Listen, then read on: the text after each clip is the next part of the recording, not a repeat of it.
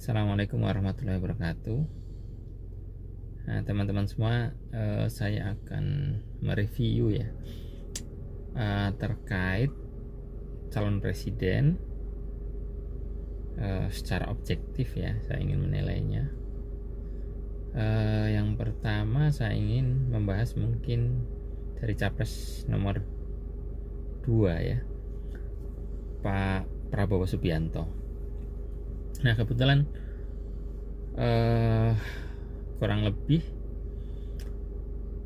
20 tahun yang lalu mungkin ya sekitar tahun 2004 lah, 2004 2005. Waktu itu saya masih menjadi ketua BEM di UGM ya. Kebetulan beliau diundang di Fakultas Peternakan UGM. Waktu itu saya dengan Pak Prabowo berinteraksi dalam konteks diskusi ya tentang arah pembangunan pertanian. Jadi memang temanya adalah tentang pertanian waktu itu 20 tahun yang lalu ya. Waktu itu beliau masih menjabat sebagai ketua HKTI, Himpunan Kerukunan Tani Indonesia, dan waktu itu memang diundang oleh kampus gitu ya. Dan yang menarik, satu hari sebelum Pak Prabowo datang, saya diundang oleh pihak kampus diskusi ya. Beliau bertanya, Mas, kira-kira nanti pas Pak Prabowo datang ke UGM, kira-kira ada demo nggak? Ada aksi nggak? Karena memang biasanya tim Pak Prabowo itu kalau Pak Prabowo diundang di suatu tempat pasti akan ditanya gitu kan tentang kemungkinan aksi mahasiswa. Nah, saja waktu itu karena kita tidak ada kepentingan yang terkait kisah beliau tentang pelanggar HAM, jadi saya jawab tidak ada Pak gitu kan. Ya, ini kan terkait serinya isunya pertanian ya, kita welcome aja, kita terima gitu. Ya akhirnya singkat cerita beliau datang, kemudian diskusi. Nah, waktu itu saya sempat menanyakan ke Pak Prabowo tentang bagaimana arah pembangunan pertanian ke depan menurut beliau ya. Jadi karena beliau kan waktu itu juga jadi sempat mencalonkan wakil presiden ya bersama Bu Megawati, kemudian juga berikutnya di 2014 menjadi calon presiden gitu kan. Tapi satu hal yang tidak berubah dari Pak Prabowo adalah visinya tentang pembangunan pertanian. Saya melihat dari debat-debat 2014, 2019 itu Pak Prabowo termasuk orang yang konsisten bicara tentang pertanian ya, karena memang beliau latar belakangnya memang pernah menjadi ketua HKTI, jadi cukup paham ya pembangunan pertanian. Nah, yang membuat saya cukup berpikir adalah selama kurang lebih 20 tahun ini kan kondisi pertanian berbeda ya. Jadi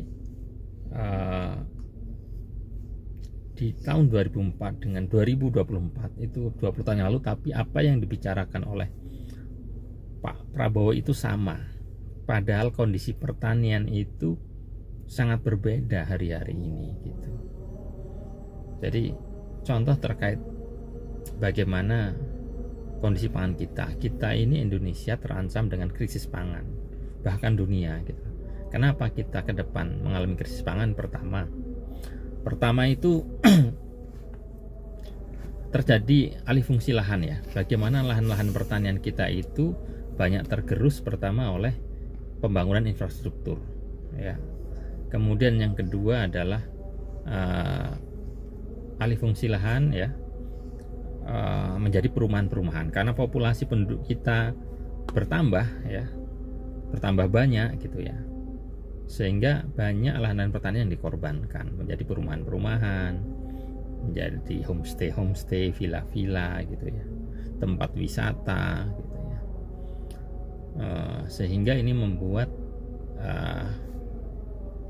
harga pangan kita terus naik gitu kan. Yang kedua selain alih fungsi lahan adalah terkait dengan permasalahan perubahan iklim, global warming. Jadi kalau teman-teman perhatikan ya,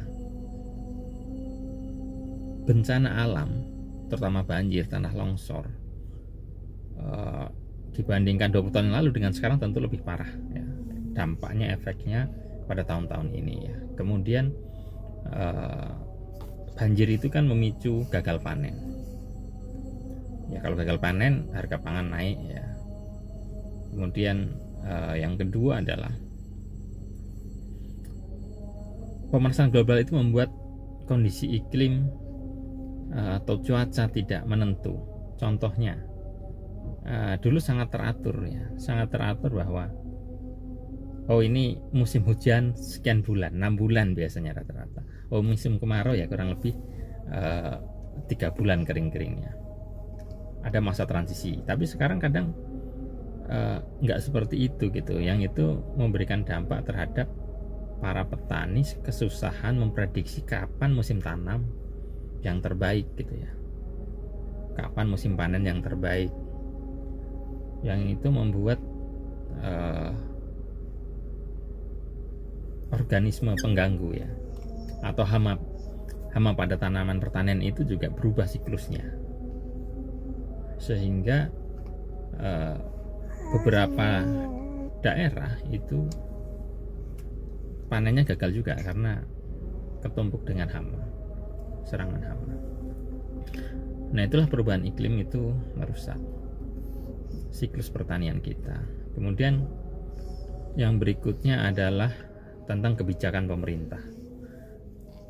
Kebijakan pemerintah itu seakan-akan dibuat ya, kalau kita dengar isunya ya, ketika musim panen tiba, musim bawang tiba, kita panen tiba, musim panen beras tiba, tiba-tiba beras impor masuk, bawang masuk, barang bawang ya, daging sapi masuk, susu masuk ya, banyak lah. Sehingga itu membuat kadang petani putus asa. Makanya kita nggak sering mendengar ya, ketika musim panen banyak petani itu membuang tomatnya, membuang hasil pertaniannya gitu, karena kekecewaan terhadap pemerintah, kebijakan. Jadi sebenarnya kebijakan itu bisa diatur ya. Bagaimana misalkan importir diwajibkan untuk menyerap 20% atau 10% dari produk petani dalam negeri. Ya, jadi kalau ada yang mau mendapatkan izin impor ya harus dibutuhkan dulu serapan lokalnya gitu, sehingga petani terbantu gitu ya. Karena kan importer ini juga hanya siklus dagang yang enak sebenarnya ya, beli jual